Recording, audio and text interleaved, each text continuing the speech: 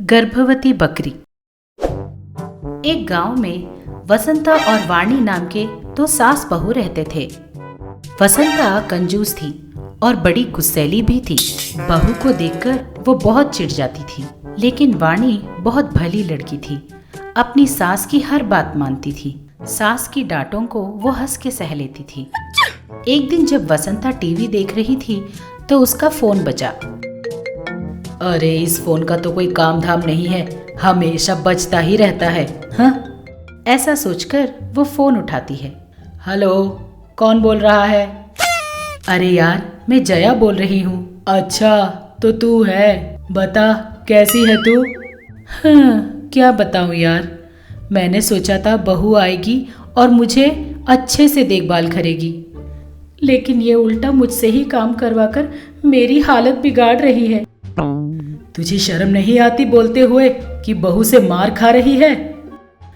बहू रानी को कंट्रोल में रखना भी एक आर्ट होता है, आर्ट। लगता है तुझे ऐसा करना आता ही नहीं। मेरी बहू को देखा है, मेरी किसी भी बात को टालती ही नहीं है वो। बैठने को बोलो तो बैठती है, खड़े होने को बोलो तो खड़े होती है। इस तरह वो जया से बोलकर अपनी बहू से कहती है, अरे ओ वाणी, कहाँ मर गई तू? इस तरह वो जोर से चिल्लाकर बोलती है। अंदर से वाणी दौड़ते हुए आकर बोलती है, बताइए सासू माँ, आपको क्या चाहिए? पूछ रही है क्या चाहिए?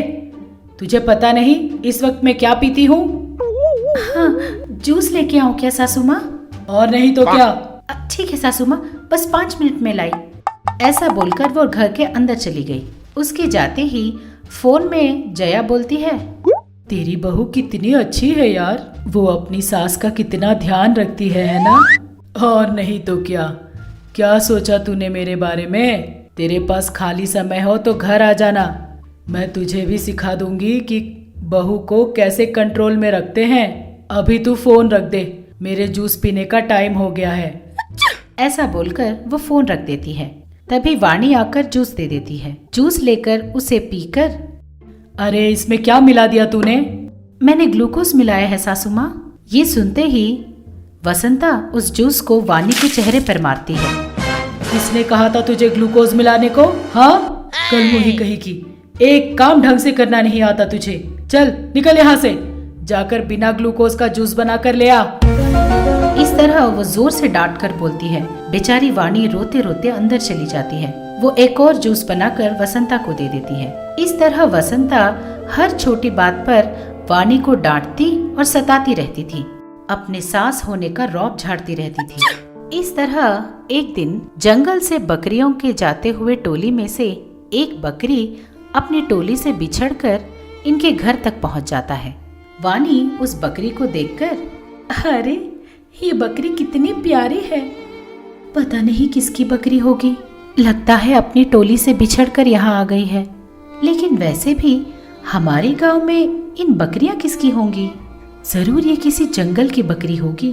अब इसे मैं अपने पास ही रखकर पालूंगी। वो इस तरह सोच रही थी कि तभी वसंता वहां आई और बकरी को देखकर बोली, ये बकरी कहाँ से आई? पता नहीं सासू माँ, लगता है जंगल में अपने टोली से बिछड़कर यहाँ आ गई है। अच्छा, ऐसा क्या? चलो इसे मटन शॉप वाले को बेचते हैं, कम से कम 10,000 रुपए मिल जाएंगे। अभी उसको बुलाती हूँ। ऐसा बोलते हुए वो उस बकरी के पास आकर उस बकरी को पकड़ कर देखती है। देखकर बोली, अरे रे, ये बकरी तो गर्भवती है, इसे जल्दी से यहाँ से भगा दे। नहीं नहीं सासू माँ, मैं इसकी देखभाल करूंगी। इस घर में पहले तू ही एक बोझ है और अब ऊपर से ये बकरी। उसे खाना कौन देगा, पानी कौन देगा? वैसे भी उससे कोई उपयोग भी तो नहीं है, कम से कम ये दूध भी नहीं देता ना। चल भगा उसे। प्लीज सासू माँ, इसकी सारी जरूरतें मैं ही देखूंगी, प्लीज सासू माँ। इस तरह वो अपनी सास को मनाती है। इस तरह थोड़ी देर बाद वसंता के मन में एक ख्याल आता है। अभी तो मटन शॉप वाला इसे नहीं खरीदेगा, लेकिन बच्चे के पैदा होने के बाद तो खरीदेगा ना। हाँ, बच्चे के पैदा होते ही माँ को बेचकर बच्चे को रख लूंगी। थोड़ा बड़ा होने के बाद उस बच्चे को भी बेच लूंगी तो खूब पैसे कमा पाऊंगी। इस तरह वो मन में सोचकर उस बकरी को घर पे रखने के लिए मान जाती है। वानी बहुत खुश होती है। उस बकरी को ले जाकर अपने घर के पिछवाड़े बांध देती है और उसे हरी हरी घास खिलाकर उसके पास जाकर बैठ जाती है। तुझे डरने की कोई जरूरत नहीं, मैं तेरा अच्छी तरह ख्याल रखूंगी, वो कहती है। तब उस बकरी की आंखों से आंसू निकल जाते हैं और वो बड़े प्यार से वानी के सर पर अपना सर रखती है। वानी भी उस बकरी को गले लगा लेती है। उस दिन से वानी उस बकरी का खूब ध्यान रखती थी और बदले में बकरी भी वानी के पीछे पीछे घूमकर उसकी हर बात मानती रहती थी। लेकिन वसंता उस बकरी को देखकर पता नहीं इसको कब बेचूंगी, इस तरह वो हमेशा यही सोचती रहती थी। घर की एक सदस्य बन गई बकरी वानी के कामों में भी हाथ बटाती रहती थी। एक दिन हॉल में सोफे पे बैठकर वसंता टीवी देखते देखते सो गई और वाणी भी घर के काम खत्म करके थकी हारी सो गई और ये बकरी हॉल में एक कोने पर बैठी हुई थी। तभी अचानक एक सांप आया और वसंता के पैर के पास सोफे के पास आ गया। उस सांप को देखकर उस बकरी ने तुरंत चिल्लाना शुरू कर दिया। मैं करते हुए वो जोर जोर से चिल्लाने लगी। ये आवाजें सुनकर वसंता तुरंत उठ जाती है। हाय राम, ये बकरी चैन से सोने भी नहीं देती, अभी इसका मुंह बंद कर देती हूँ। ऐसा बोलकर वो उठती है, लेकिन अपने पास बैठे हुए सांप को देखकर डर के मारे वो दूर भाग जाती है। इधर सांप भी डर के मारे बाहर भाग जाता है। सांप के जाते ही सास की बात सुनकर वानी को भी होश आ जाता है। वो तुरंत हॉल में पहुंचकर देखती है। क्या हुआ सासू माँ? पूछती है क्या हुआ? आज ये बकरी नहीं होती तो वो सांप मेरी जान ही ले लेता। Oh, no! इस बकरी की वजह से ही आज मैं जिंदा हूँ। बाप रे बाप।